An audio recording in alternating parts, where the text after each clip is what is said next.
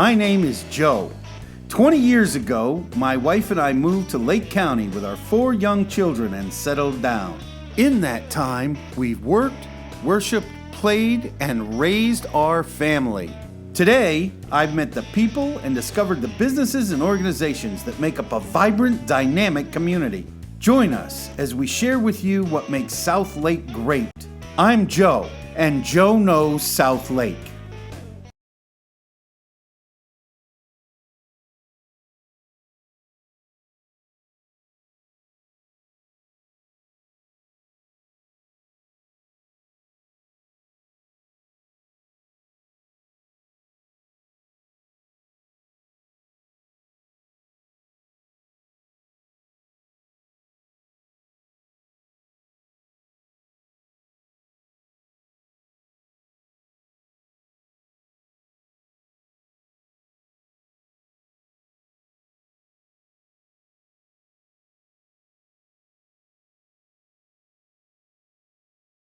Something up. There we go.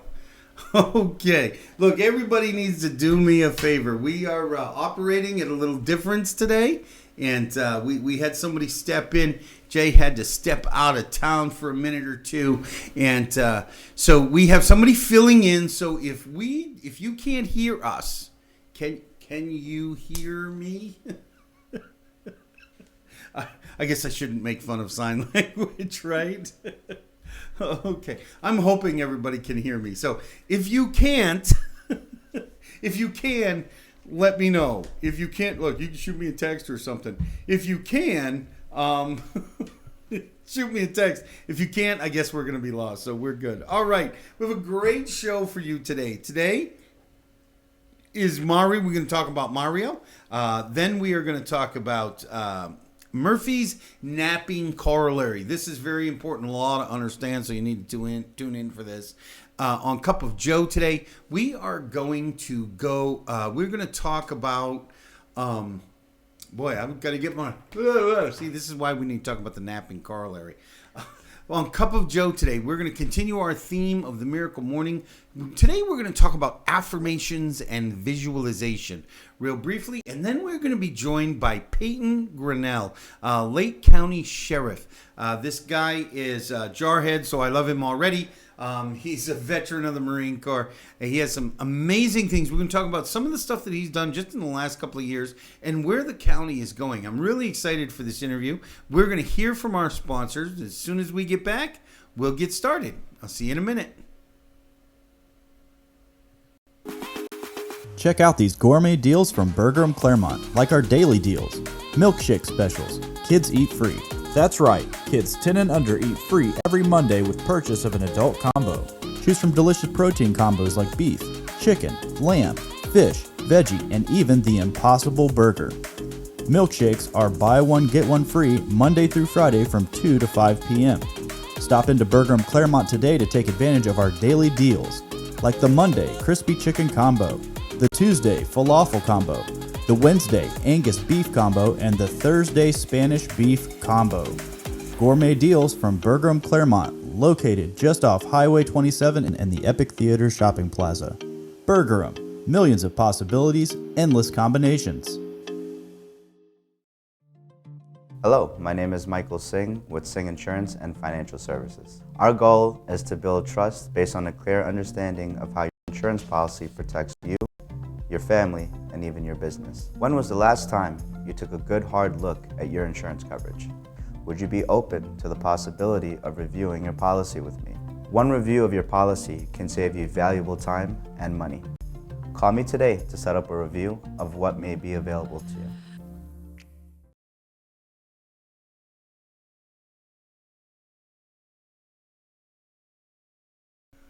Okay. Well, Miss Doris and I just got through that first segment just wonderfully. I want to thank my beautiful beloved wife, Patty. I have set her up as a quality control. She's going to let us know if there's any glitches, at least from her end.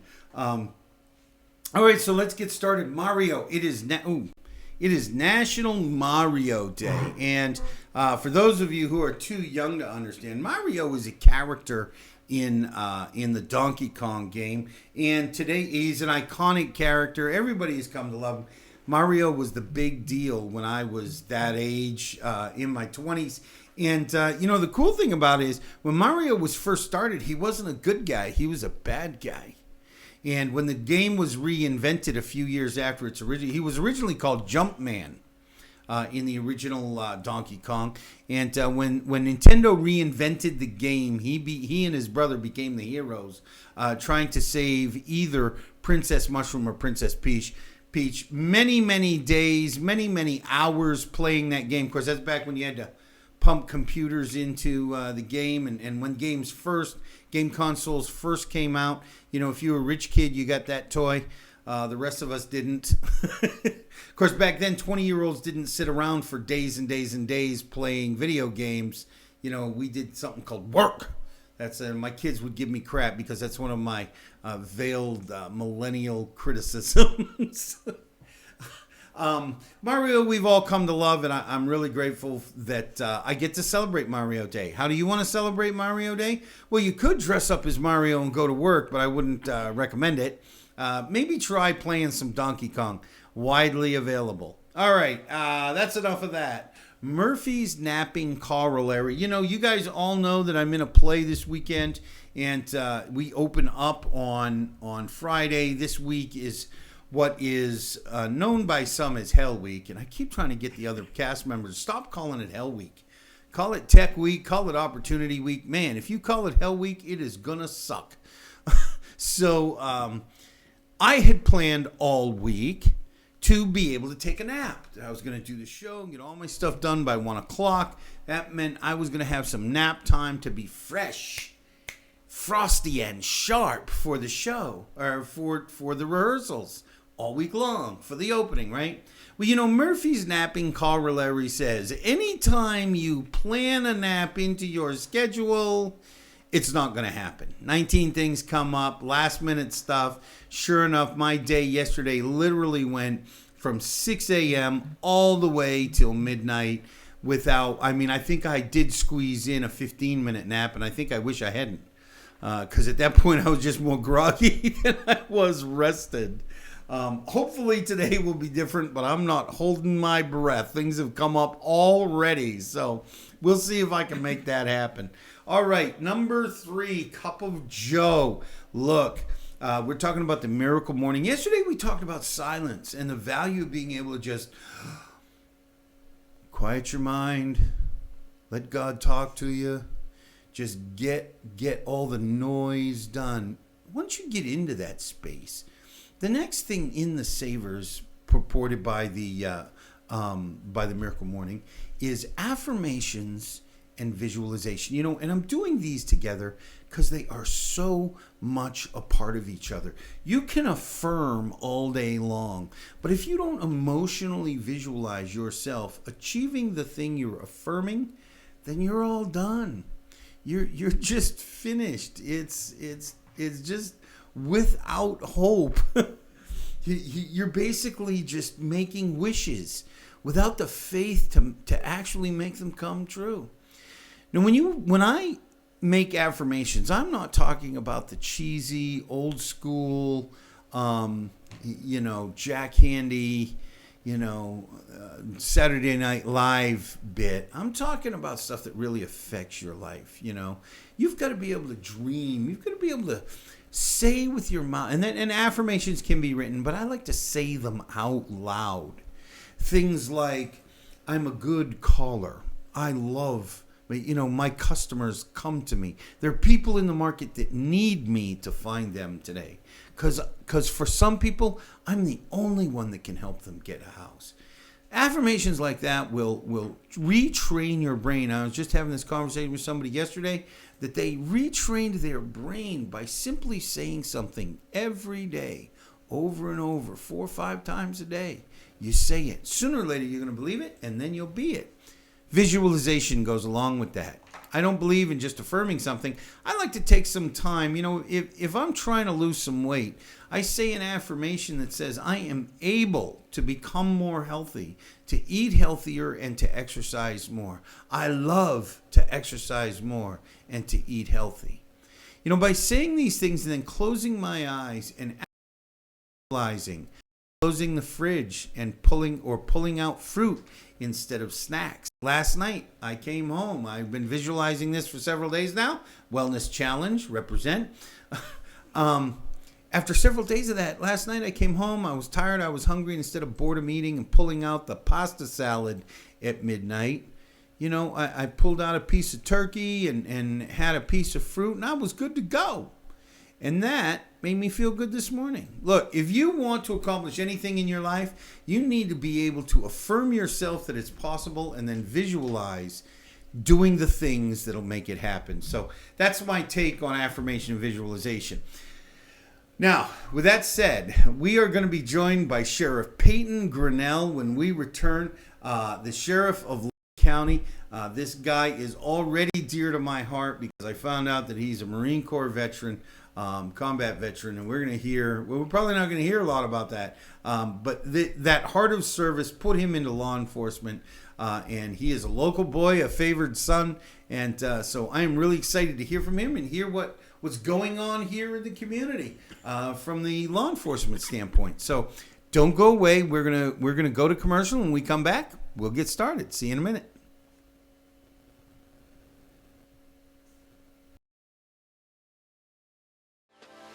Life is better when you're smiling. At Modern Orthodontics, Dr. Alan Wong has changed thousands of lives, helping patients achieve the modern smile with braces and clear aligners. Utilizing digital scanning technology, Modern Orthodontics creates in-office 3D models for clearly modern aligners. Modern Orthodontics is conveniently located in Claremont, Apopka, and Bushnell.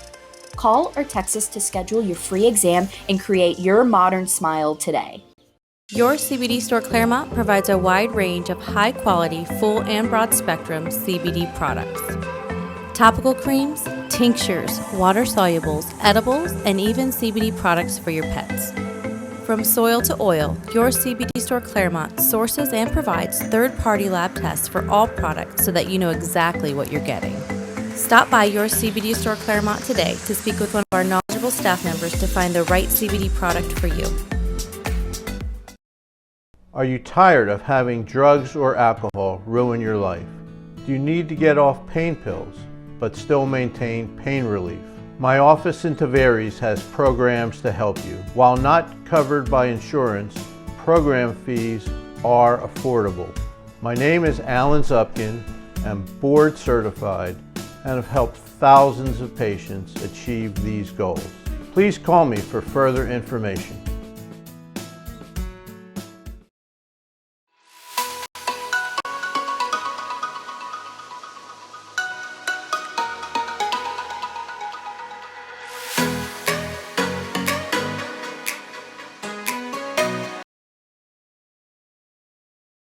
Back.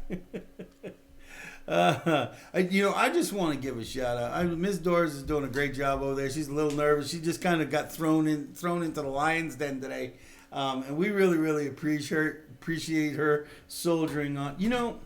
I gotta say, and I probably have not shared this with her, but there are some women in society that I really respect, because they seem to do it all on their own. It's the single mom. Miss Doris herself has operated several successful businesses while working other jobs to raise her son, who has become an amazing young man. Of course, Jay's in his mid-30s, so to me, everybody's young. And I just want to say that Miss Doris is a shining example of the fruit of all those tough days. So if you're out there watching us and you're a single mom, I want you to know there are people praying for you.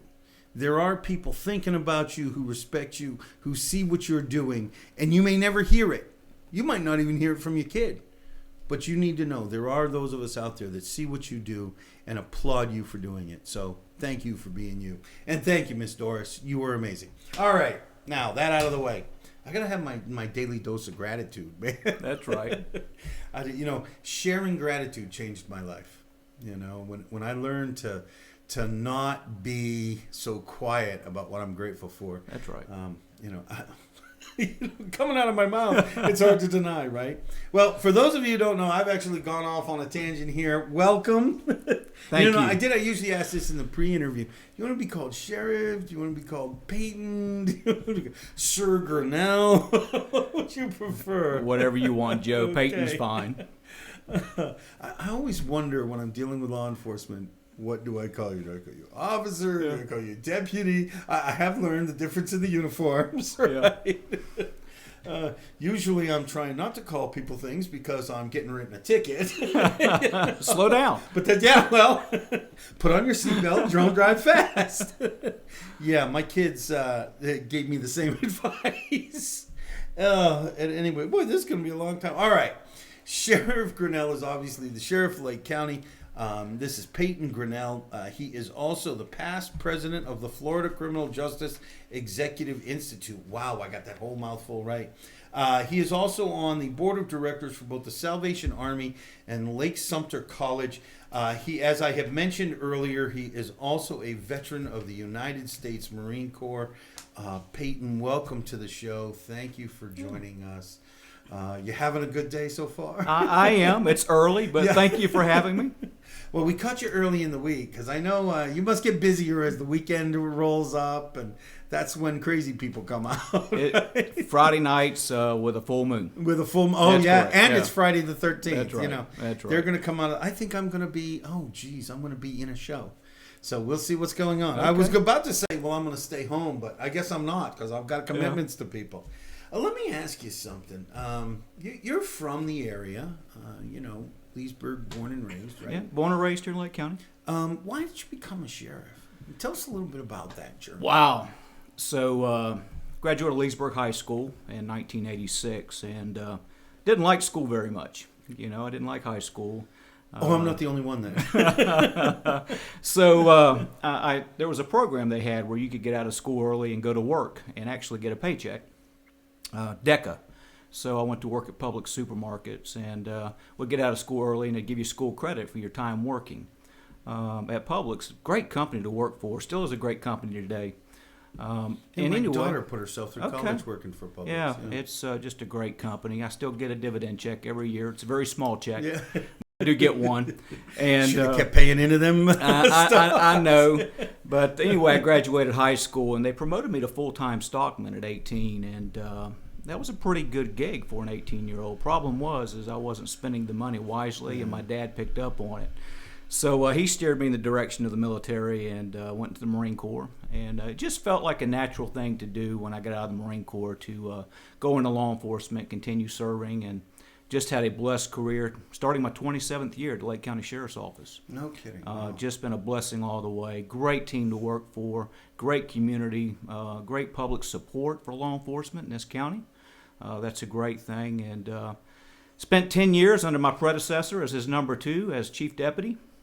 And when he retired, I just felt like I needed to step up and take care of this community and the employees that work at the sheriff's office. And wow, what a great ride it's been.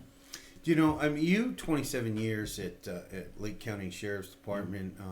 Obviously, the Sheriff's Department has a history that's not necessarily glorious. I mean, especially if you track back into the 60s and early 70s and the 50s.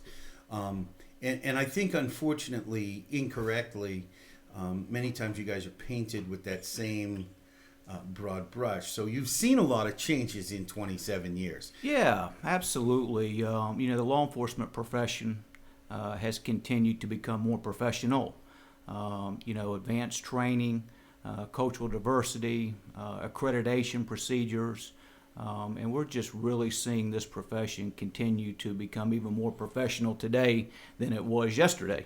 It's a changing profession, and there is some dark history here in Lake County with the Sheriff's Office, and I was honored to participate recently with the Groveland Ford dedication, the memorial. I was one of the constitutional officers that signed the letter to the governor asking for that, and that was a long time ago, but we need to be reminded sometimes that those things can happen. And they do happen, unfortunately. When I tell people my story, it's hard to gloss over. One of the reasons I am who I am, and it was a dark past. A allows me to be the dad and the husband I became, That's and right. sometimes I think that people, again, especially when you're dealing with an organization and law enforcement, they don't want to understand that while that was horrendous and not acceptable, the dark past, it does sometimes lay the foundation for being amazing. And I mean, you and I were talking, I think one of the things that is the most amazing about the changes, we're talking about the absorbing of smaller departments, okay, Right. into the sheriff's jurisdiction. Yeah. And, you can say what you want about development and growth, but that certainly, as we talked about, eliminated Jimmy John working for cousin Bubba, Right. Right. for 30 years and no advancement in I mean, nobody now in your department is above scrutiny and accountability. Sure. There is no, tenure, Right. really. Right. And so you've seen a lot of changes, Yeah. and the department wasn't necessarily going under when you took over. Like you Right. said, your predecessor did a fairly good job. But you've managed to make some amazing changes yourself. Let's talk about some of those. Sure. Sure. We had started talking about the jail programs that you've instituted, which are, I think, fantastic, fascinating. Yeah, we have a 960-bed facility in downtown Tavares. A lot of people tend to confuse the state facility that's up by the winery as Right, belonging right. to the Yeah. sheriff. That's a state facility. right. But the Lake County Jail is a 960-bed facility in Tavares. As opposed to Coleman, which I know Federal. people make the same mistake, but Right. that's run by the feds. Run by the largest in the in the United States, by the way. But anyway, it's a very busy, large, complex facility in downtown Tavares, and we process a little over 10,000 inmates a year through those doors. And we wanted to look at how we could reduce recidivism in the jail. So we started some great programs last year. Actually, we have a inmate construction academy now, where we're teaching the inmates how to do construction. We just paired up with Habitat for Humanity, completed a home from start to finish in 90 days with inmate labor. It was incredible. It was an honor for me to be able to hand the keys to that family that took ownership of that home. That must have been great. Had the inmates there. A couple of them cried. They actually took some pride in what they did. We also have a sewing and textile program that we started, where we're making all of our inmate uniforms from raw material. We're making 3 uniforms for what we were paying for 1. They do all of the embroidery and screen printing, laser engraving. But here's the best part, Joe. When those inmates get out of the jail, I've got business owners that own dry cleaners, and they're hiring them. And because they get a certificate that says how many hours they have on those various workstations. And we've had great success so far. Do you know, and I have to tell you, and I see this in real estate, but I understand it also, because it's one of my passions, is people coming out of jail and prison. Sure. Is so often it's hard for we talk about you don't want them to go back. Right. But if an inmate doesn't have a place that, if a felon, I don't even want to say felon, I want to say a convict, because some people aren't felons, but they're convicts, right? Yeah. If they don't have a place to live and they don't have a way to feed their family, they're going to default to old habits. I think the idea that you training them to give them something, particularly in fields that, are probably more likely to give a convict a chance, right, to give them a chance to build their life. I actually know a guy, he lives up in Magnolia Point, and he did some hard time, and he's only been out like 10, 12 years. Yeah. But he's very successful. I mean, he has a $500,000 home and a Sure. very successful construction business. But you know what? He went to work. That's and right. It seems like you're talking about this, seems like you're identifying the inmates willing to put some work forward, okay? Yeah. You're putting them out on a work crew, I'm sure they have supervision, but there's got to be some sort of qualification to get into that, right? I mean, Yeah, the inmates that are selected for that program are minimal classification inmates. We're talking non-violent crimes, things of that nature. A lot of people don't realize, but 2/3 of the jail population have not been sentenced yet. yeah. So by law, I cannot force them to work. but a lot of them want to work because they can earn what's called gain time to reduce their sentence a little bit. So that's how we run that program. So, and I mean, I think that's important information. The reason I brought it up is I don't want anybody to think that, like a big city that's always in the news, right? That you're taking in somebody who is a bank robber or a rapist and, putting them out on the street with a hammer. They cut 150 acres of county parks, the grass, and you'll see them out there picking up litter. We run a very conservative jail, and we save taxpayers a lot of money by having like an 11-acre garden where we grow our own vegetables for the inmates in the jail. A lot of great programs. And inmates work on that garden. That's too. correct. They run the garden. But again, that's you have to qualify for that. That's right. This is what I love about these concepts. Is so many of the guys that you end up seeing. I am sure if we saw the numbers, a huge number of them have no strong male figure in their life. That Single parents. Single parents or absent fathers. Whether they're absent physically, emotionally, or financially, and they don't understand a lot of those things. Right. And the ability to under guidance and supervision to say, hey, I want that job, can I have that job, and live up to a certain standard is something they've probably never done in their whole life. Right. Teachers can't push them anymore. Yeah. Do you when you see that? Do you ever get a chance? Do you do education in the jail anymore? We do. We have a full-time school teacher in the jail. We have the Good News Jail and Ministry program that's in there full-time. Over 100 volunteer chaplains that are witnessing with them.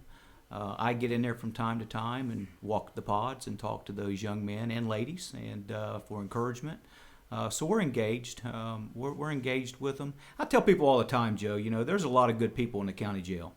Now, don't get me wrong. There's some bad people in there, but there's some good people in that jail. And we do a great job on the front end of incarceration. I think we can do a better job on the back end as far as rehabilitation, and that's one of the things we're focused on. I know somebody. I'm very, very close to somebody who did some time in jail, and he constantly says this. He says, you learn 3 things quick when you go to jail. The first thing is you don't want to be there. That's right. The second is everybody doesn't belong there. And the third is there are some people you're really glad are there. That's right. And it's a striking perspective, to know that even if you're a prisoner, there are some people you meet that you're glad they're not on the streets with your family. That's right. Let's take this forward. We spent a little bit of time on jail. What are some of the other things you've managed to accomplish? I know you've done quite a bit in the last 3 years. Yeah, I've got a fantastic staff. They come up with great ideas all the time. But a couple of the campaign promises I made 3 years ago was to put DARE back in the public schools. We're glad to see that up and running. We were missing out on about 6,000 fifth graders a year that graduate our public school system. We were missing that positive interaction with them one-on-one in a positive light. So we've got that back up and running. Do you know, I want to actually dig into that a little bit. Ms. Doris, are we ready for a commercial break? Okay, we're going to go to commercial break. When we get back, we are going to delve a little bit into the DARE program and talk maybe a little bit about resource officers. Sure. Okay? We'll see you in just a minute. Don't go away. Life is better when you're smiling. At Modern Orthodontics, Dr. Alan Wong has changed thousands of lives, helping patients achieve the modern smile with braces and clear aligners. Utilizing digital scanning technology, Modern Orthodontics creates in-office 3D models for clearly modern aligners. Modern Orthodontics is conveniently located in Claremont, Apopka, and Bushnell. Call or text us to schedule your free exam and create your modern smile today.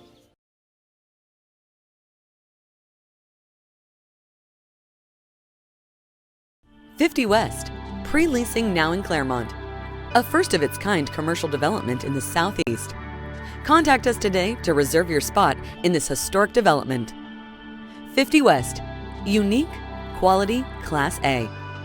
For more information on leasing, contact Ashley Punn at 407-403-4165. Karen Arlano at 407 948 0767 or visit lease at 50west.com. Life is better when you're smiling. At Modern Orthodontics, Dr. Alan Wong has changed thousands of lives helping patients achieve the modern smile with braces and clear aligners. Utilizing digital scanning technology, Modern Orthodontics creates in-office 3D models for clearly modern aligners. Modern Orthodontics is conveniently located in Claremont, Apopka, and Bushnell. Call or text us to schedule your free exam and create your modern smile. Your CBD store Claremont provides a wide range of high-quality, full and broad spectrum CBD products. Topical creams, tinctures, water solubles, edibles, and even CBD products for your pets. From soil to oil, your CBD store Claremont sources and provides third-party lab tests for all products so that you know exactly what you're getting. Stop by your CBD store Claremont today to speak with one of our knowledgeable staff members to find the right CBD product for you.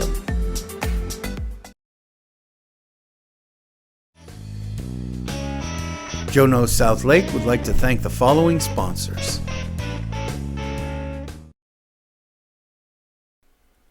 And we're back. All right. You only need 100 or 120 more episodes, Miss Doris. You'll be an absolute pro. I love giving her a hard time. She's doing a great job. Yeah. She's usually sitting in the corner making fun of me. See, this is God getting her back. That's right. All right, you'd start to talk about the DARE program. What had happened to the DARE program? Why did it fall out of use? Did it was just not popular or just expensive? When the economy crashed, 2008,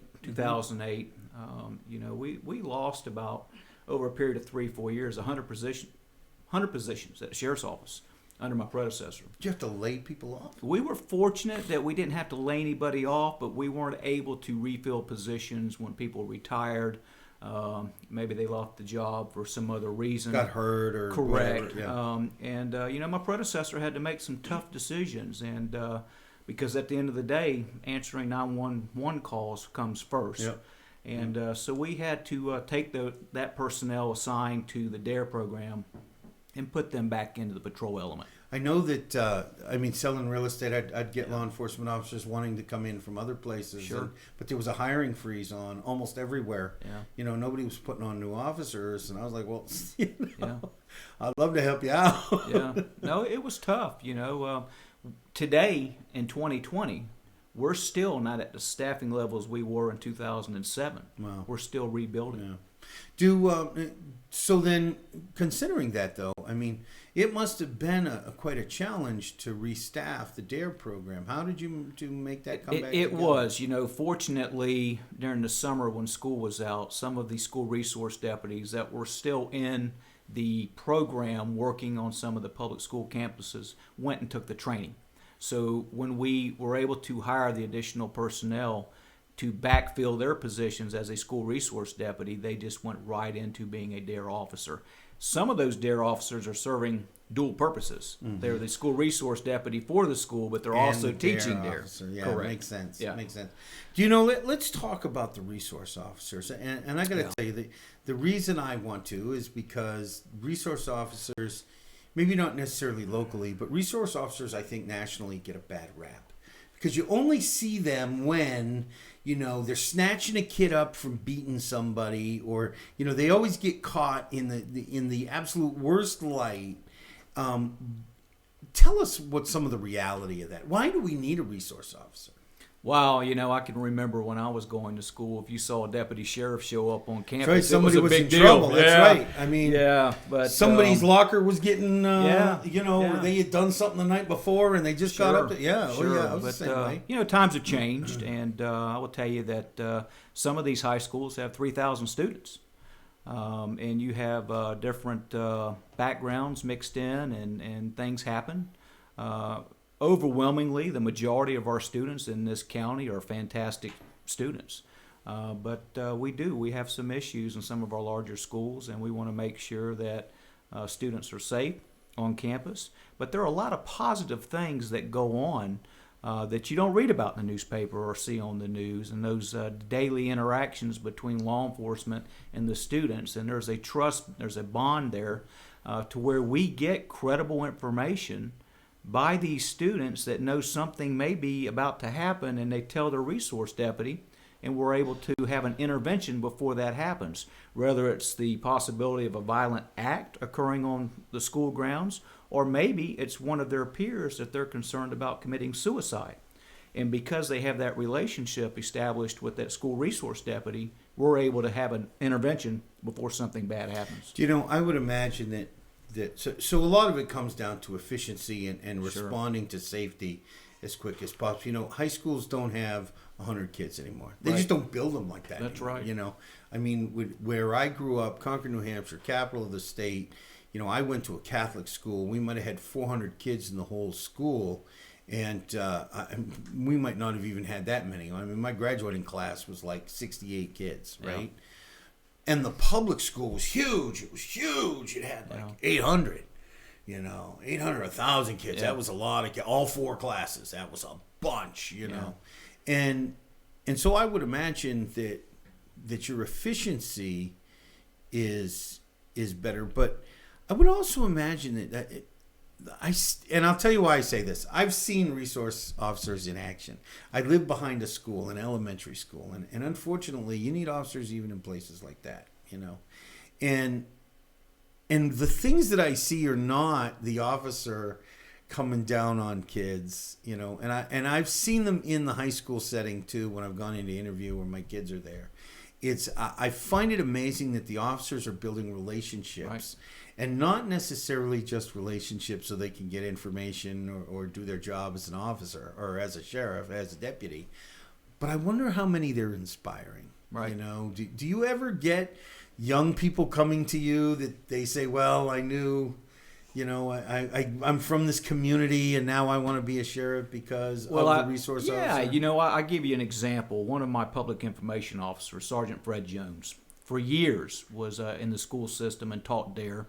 And he's with me a lot because he's a public information officer. And I can't tell you how many times that we've been somewhere in this county and a person run up to him and say, Sergeant Jones, do you remember me? And it's like a local teacher, right? Yeah. And they're so excited to tell Fred Jones what they're doing now, you know, that they're successful at this, or they got hired here, or they're in the military. Mm-hmm. And they remembered him because he made a difference in their life. And so I see that all the time.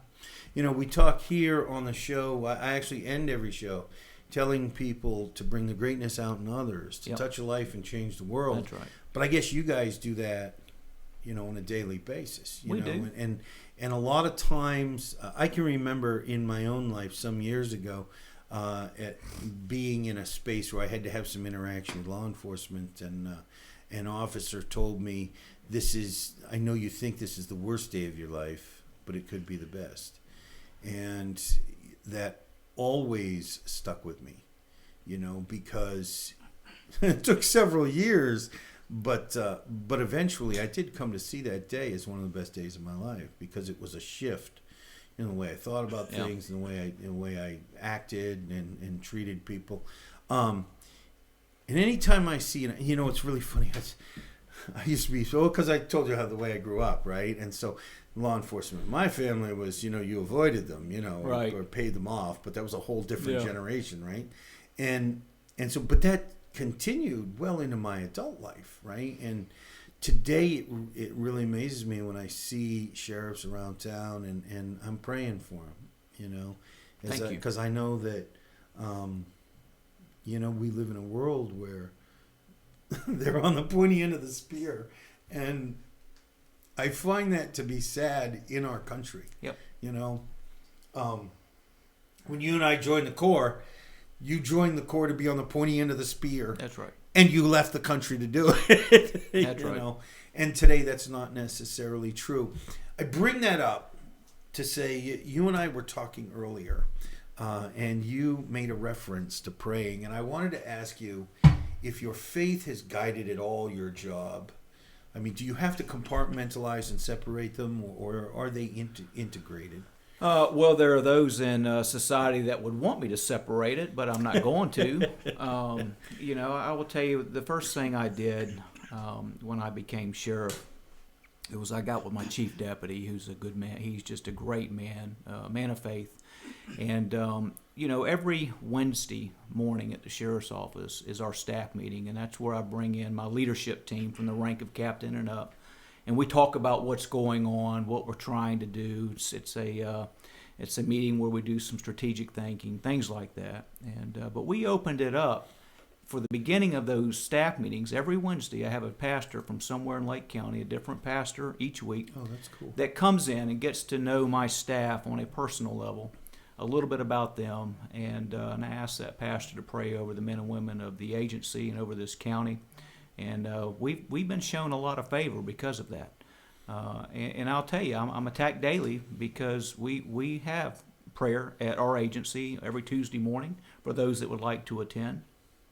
I host the National Day of Prayer on the lawn of the sheriff's office. I get attacked. Yeah, I've attended that. It's a great, great event. And I get attacked from people for doing that, but that's okay. We're going to continue to host that event. So come out and get your Chick-fil-A sandwich, and we have a good time. But my faith has gotten me through a lot. Do you know when Jay gave me the opportunity to do the show, I had to tell him two things. The first one was I have a past, so if we get famous and we get millions of viewers, you need to know somebody could come up and tell you Joe's XYZ, and right. They're not lying. That's right. I said, but the other thing is I'm a man of great faith, and while I'm not going to preach, I'm not going to hide from the name of Jesus. That's right. I'm not going to hide from my faith, and it's so interwoven into my life, and it's so good to hear that, because again, on the news we're exposed so often to lead law enforcement officers that are running away from their faith, and I always wonder how can we used to say there are no atheists in foxholes. How can you walk the streets of America with a gun strapped to your hip and a target on your chest and not be a person of faith? I just don't get it. So, well, you need look no further than Ephesians, where it talks about the full armor of God. Yep. It's provided for us. Yeah, right. That's right. Do you talked about campaign promises. We're running out of time here. Are there any other campaign promises that you made and kept? Sure. We're still blowing the front doors off of drug dealers' hinges. And we're going to continue to do that. I keep those numbers. It's near and dear to me. Last time I checked, we had made 375 drug dealer arrests. I'm not talking about the addicts. I'm talking about the people that are pushing this poison on our street corners. We're going to continue to remain tough on them. We've had 8 large-scale undercover operations with 375 arrests since January of 17, and there's more to come. And I'm sure you're not talking about the kid selling a couple of joints. I'm talking about the people dealers that are pushing heroin with fentanyl and carfentanil. We have seen our overdoses start to come down in this county because we are tough on it. These guys are telling our confidential informants that they're scared to push this poison in Lake County because the 12 police departments in this county, including Chief Broadway's great group in Claremont, and the sheriff's office, we have a zero tolerance for it. Zero tolerance. Do I think that's a great concept. You and I talked about earlier that there are 12 law enforcement agencies in this county. That's right. And all have the same mission. All have the same mission. One of the things that I tell people all the time that I love about South Lake is the municipalities, the mayors, the city planners. Mineola works with Claremont. When they make a plan, that's right. They've done it considering the communities around them, and you guys do much the same thing all the time. That you're not, nobody's playing jurisdiction, keeping. And I swear in every police chief in this county is a deputy sheriff. It's for the sole purpose that they can authorize their men and women to come out in the county and help us if we need help, and it works great. Is that your idea, or is that it's just something that's we've done here, on, and we meet quarterly. All the police chiefs get together, and we talk about what's going on in Umatilla, what's going on in Groveland, and we share assets and resources. And I'll be honest with you, I think that's why we just saw a 12% decrease in violent crime last year in Lake County. That's huge. I mean, again, this no tolerance. You're talking so many things that I hate to say punish, but I prefer hold people accountable. That's right. When you hold people accountable to their actions and you act wisely, then you're going to decrease behavior you don't want to encourage. That's right. And I will use the example of the wall. Of the wall on the border.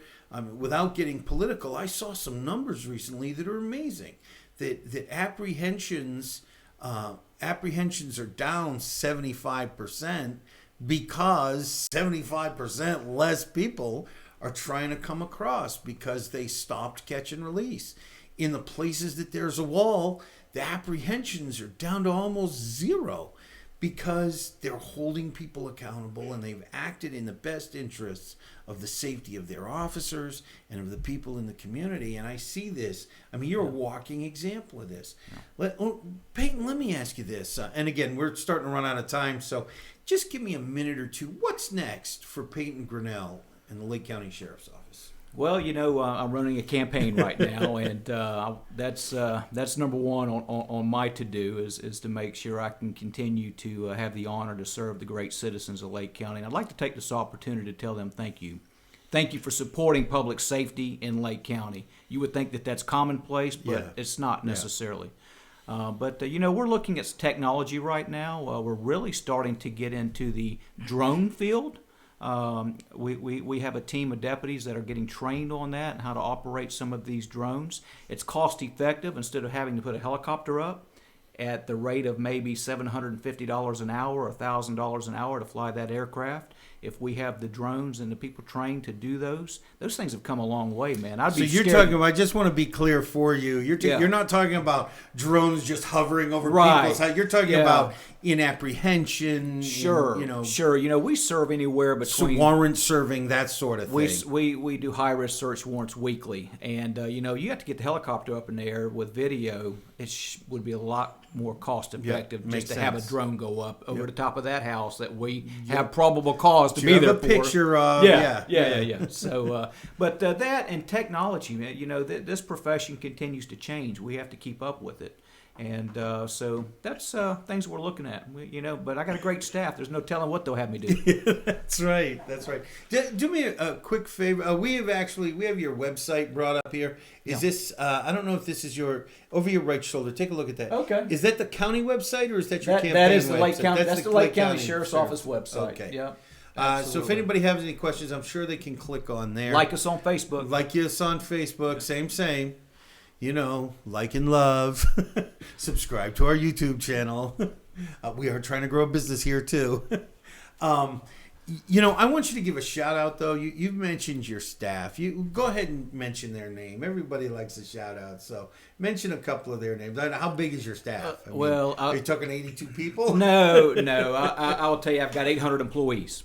So I'd just like to say to the 800 employees of the Lake County Sheriff's Office, thank you for what you do on a daily basis to keep the citizens in this county safe. We appreciate you, and so do the citizens of Lake County. I do know I appreciate, I don't want to call it, is she your assistant? I'm going to call her your assistant because I don't want to use any of the other words. That's my boss. Oh, she's your boss. Yeah, she tells you where to go, right? Just want to say I really appreciate her for Christy Martin. Christy for getting out there and you have some other people that fill in because sometimes Christy's not there. Yeah, Cheryl Wilson, I fill in. Cheryl, I've talked to a couple of times. But you have a great staff there, and they've been really, really helpful in getting you on here. I was bumming when you had to reschedule last time, and actually when Jay went out of town, we said we can't reschedule him. We've rescheduled him once already. So thank you for coming on out. Sure. I really, really appreciate it. Let me see. When that's our time, I just want to say thank you for coming on out. Yes, sir. Thank you for what you do. And usually I thank you, but just like you thanked everybody, I want to thank everybody who's in law enforcement out there. Look, if you're the family of law enforcement, thank you. That's right. Thank you. And I'll get choked up again, so I'm not going to go into that too deep. Nobody wants to hear Joe squeak. Well, except maybe Miss Pat, but she'll give me crap about that later. Look, if you know somebody that should be a guest on Joe Knows South Lake, please reach out to me. 352-360-83. Oh, Miss Doris has the information up there already. I don't even need to shout it out. And if if you know somebody who has a business and they do business in South Lake County, we reach 800,000 homes is our potential reach. You need to be branding your business here on South Lake TV. That's it for the shameless plug. And finally, I'd like to thank Sheriff Grinnell. Yes, sir. Peyton, you've been a great interview. My honor. Thank you very much. I would like to say that just like his sheriffs are doing every single day, usually I just give the interviewee credit, so I'm going to give your whole staff credit for this. Me too. Just as the sheriffs go out there and sit on the pointy end of the spear to protect you, to keep you safe. You know, sometimes when I get a ticket, I don't like it. But you know what? I'm glad that guy is there. Because someday my wife or my daughter needs protection, and they bring out the greatness in others. And as they use the greatness to bring out the greatness in others, I'm going to encourage you, use your greatness to bring out the greatness in others. Touch a life and change the world. You may never see the change, but it will change nonetheless. This has been Joe Carlisle and Peyton Grinnell with Joe Knows South Lake. I will see you tomorrow, and I love you. Bye-bye. My name is Joe. 20 years ago, my wife and I moved to Lake County with our 4 young children and settled down. In that time, we've worked, worshiped, played, and raised our family. Today, I've met the people and discovered the businesses and organizations that make up a vibrant, dynamic community. Join us as we share with you what makes South Lake great. I'm Joe, and Joe Knows South Lake.